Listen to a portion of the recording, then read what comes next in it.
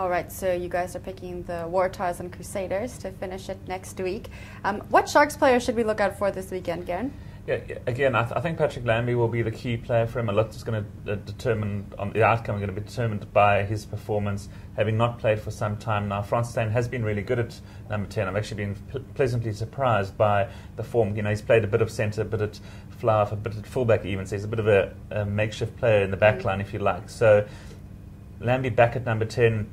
Keys up against Colin Slade. From the Crusaders' point, they've got Dan Carter at centre, so an interesting mix there that they've got sort of four flavs at 10 and 12 on both sides. So interesting that. But again, in the front row for the Sharks, no Beeston Torreira. They've got Thomas du Toit, the 19-year-old, up against a really, really experienced Crusaders front row with the Franks, White, Crockett, and Corey Flynn. So a lot of players will be looking at their front row, the Sharks, to see if they can hold up. They did incredibly well in their quarterfinal rather against the Highlanders, where they scrummed them off the park. I don't think it's going to be as easy for them this weekend.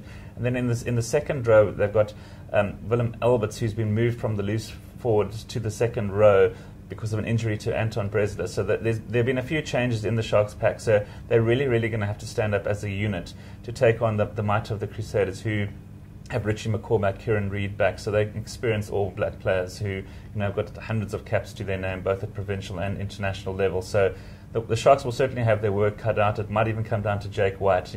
Some shrewd last-minute changes to the team, some tactics they've come up with during the week that could determine the outcome of this game. Rob, what players are you looking out for? Jen, I think a decisive battle might be the battle on the deck. It's going to be an interesting one. The Crusaders have basically picked two fetchers, haven't they, Garen? Because I see Matt Todd is playing alongside Richie McCaw. So you've got two open siders, one of them playing blindside. But it tells you that they really plan to give the Sharks a good go on the deck, put a lot of pressure on them.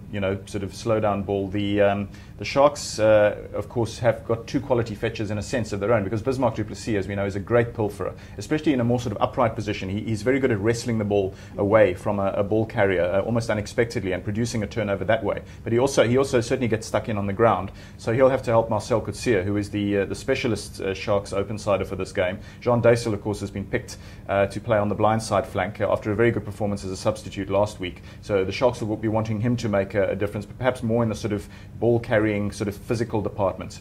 So Marcel Coetzee has got a big battle on his hands in the battle for turnovers against effectively two Crusaders fetchers in the loose trio, and I think that could be a pivotal battle.